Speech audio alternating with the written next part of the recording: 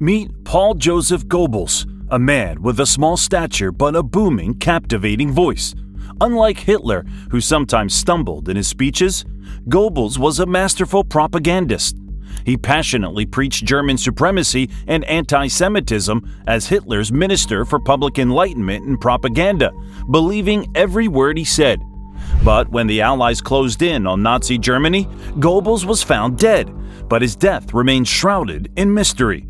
Did he take his own life, or were there hidden forces at play? What secrets did he carry to his grave? And that's not all. To this day, the murder by poisoning of Goebbels' 6 children also remains a haunting enigma. Shockingly, newly discovered records reveal that a doctor confessed in the 1950s to being an accomplice in this horrifying crime. Yet, the judges in the case let him go unpunished. Join us as we delve into the enigma surrounding Joseph Goebbels' death and the disturbing secrets that persist even decades later. Paul Joseph Goebbels was born in 1897 in Ried, Germany, had a challenging start to life.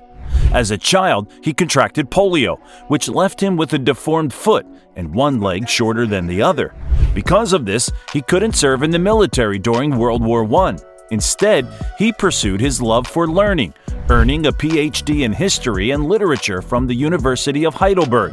His journey led him to become a journalist. While Goebbels dabbled in poetry and fiction, his true talents emerged in the world of politics. In 1924, he joined the Nazi Party and quickly climbed the ranks. His mission? To build up Nazi support in Berlin. Goebbels was a man of many talents.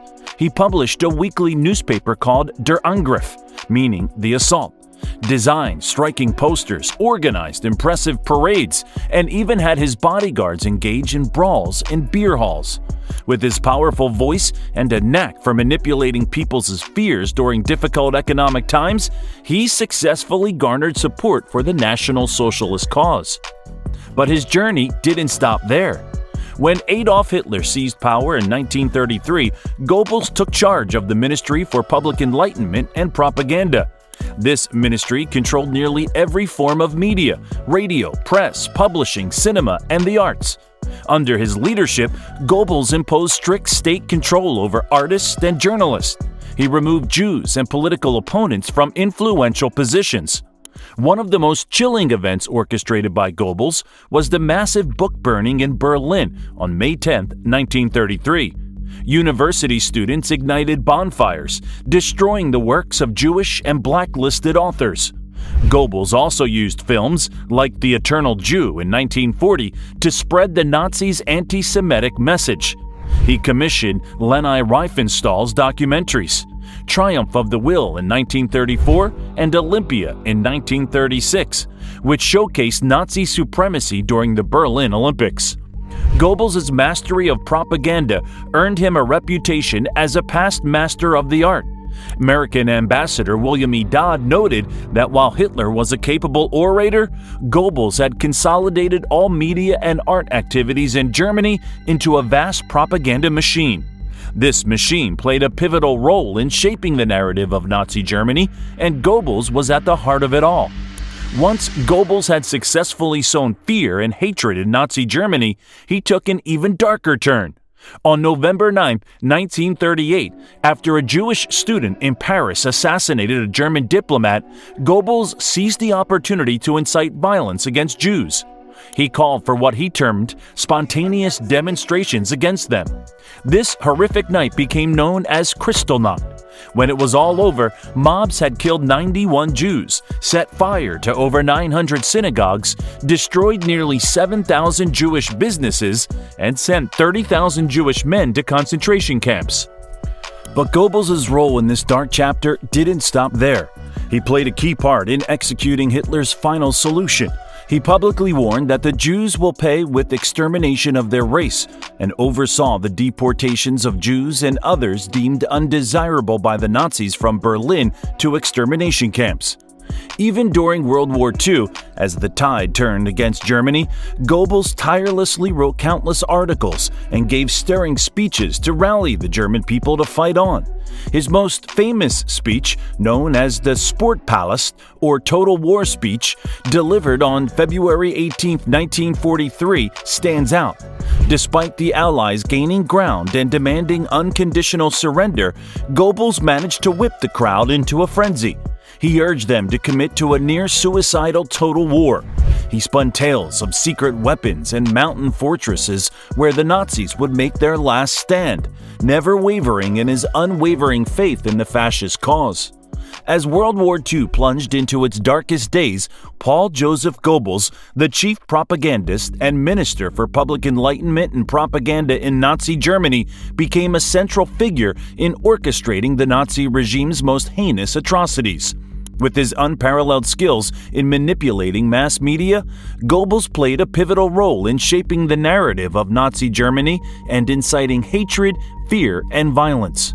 The night of November 9, 1938 marked a grim turning point.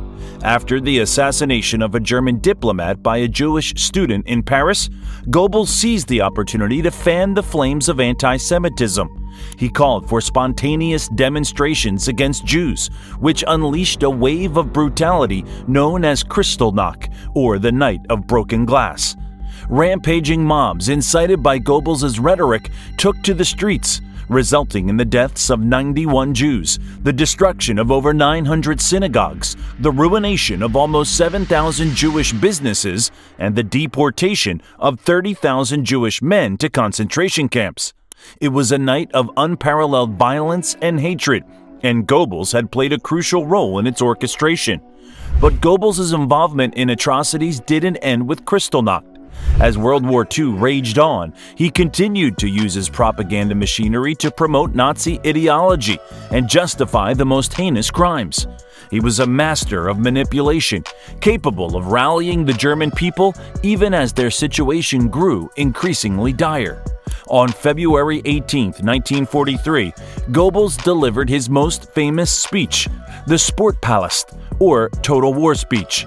At this point, the tide of the war had turned against Germany, and the Allies were demanding unconditional surrender.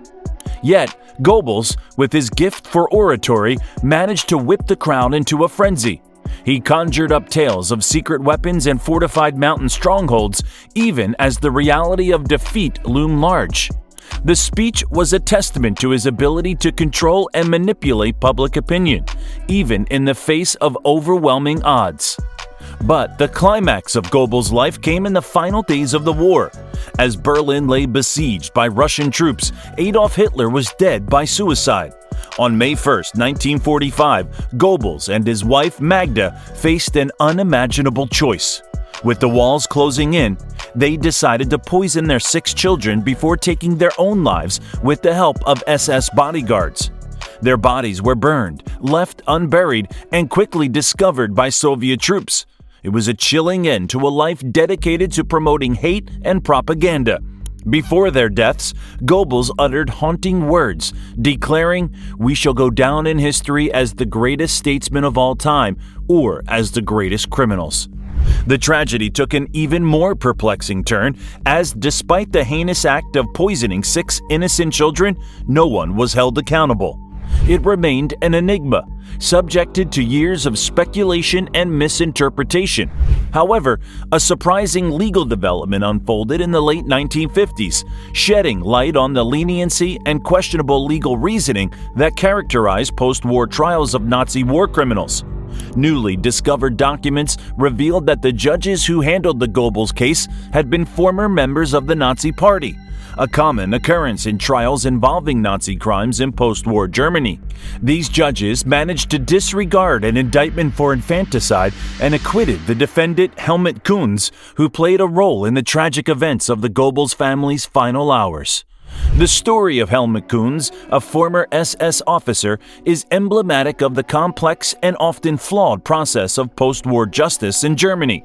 His involvement in the Goebbels case, his subsequent survival, and the leniency he received highlight the challenges in bringing those responsible for Nazi atrocities to account. In the end, Kunz lived a quiet life, working as a dentist and a physician, seemingly untouched by the darkness of his past. The final resting place of the Goebbels children remained a mystery, as their remains were moved multiple times and ultimately destroyed in a covert operation conducted by the KGB in 1970. This haunting chapter in history serves as a stark reminder of the depths of cruelty and manipulation that defined the Nazi era. Now, we would like to hear from you. As we delve into the complex and troubling history of Paul Joseph Goebbels and the sinister events that unfolded during World War II, it raises important questions about the nature of propaganda, the consequences of hate-driven ideologies, and the challenges of post-war justice. How can we ensure that the lessons of this dark period in history are not forgotten, and that we remain vigilant against the dangers of manipulation and extremism in our own time? Please share your insights and thoughts in the comment section below. Don't forget to like this video and subscribe to our channel to stay updated on more compelling episodes of military history.